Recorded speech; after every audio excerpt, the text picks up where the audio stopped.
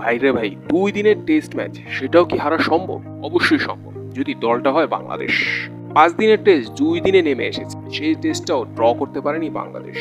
এক অবিশ্বাস্য লজ্জাকর রেকর্ড করেছে বাংলাদেশ। ইন্ডিয়া ভার্সেস বাংলাদেশের মধ্যে দ্বিতীয় টেস্টটা প্রথম 3 দিনের মতনই বৃষ্টিতে ভেসে গিয়েছে, বাকি ছিল মাত্র 2 দিন। তো অনেকেই ধারণা করে নিয়েছিলেন যে এই টেস্টটা ড্রর দিকেই যাচ্ছে। কারো হয়তো বা কল্পনাও ছিল না যে এই টেস্টে রেজাল্ট আসতে পারে, তাও আবার এইরকম ভাবে। বাংলাদেশি ব্যাটাররা কিছুই করতে পারেনি এই 2 দিন। বলাররা বলারদের দিক থেকে সর্বোচ্চ চেষ্টা করেছে।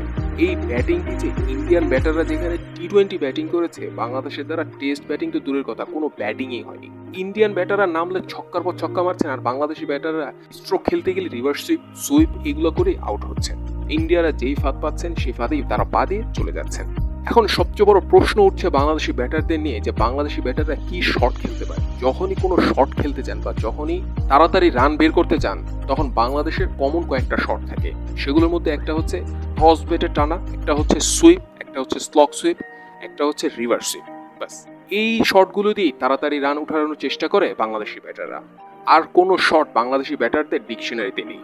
তো যার কারণে ব্যাটারদের এরকম জঘন্য পারফরমেন্সের কারণে ইন্ডিয়ার বিপক্ষে দ্বিতীয় টেস্টটা লজ্জাকরভাবে হেরেছে। ইন্ডিয়ান বোলারদের কোনো মেহনতি করতে হয়নি বাংলাদেশি ব্যাটারদের উইকেট নেওয়ার জন্য। বাংলাদেশি ব্যাটাররা নিজে গিয়ে উইকেট দিয়ে এসেছে। কেউ স্লক সুইপ করেছেন, কেউ সুইপ করেছেন, কেউ রিভার্স সুইপ করেছেন। একটা ফাঁদ পেতেছে ইন্ডিয়ানরা, সেই ফাঁদে ইমিডিয়েট পা দিয়ে চলে এসেছে। এরকমভাবে জঘন্য ব্যাটিং প্রদর্শন করেছেন বাংলাদেশি ব্যাটাররা। এখন সামনের চ্যালেঞ্জ হচ্ছে সাউথ আফ্রিকার বিপক্ষে ঘরের মাঠে টেস্ট ম্যাচ।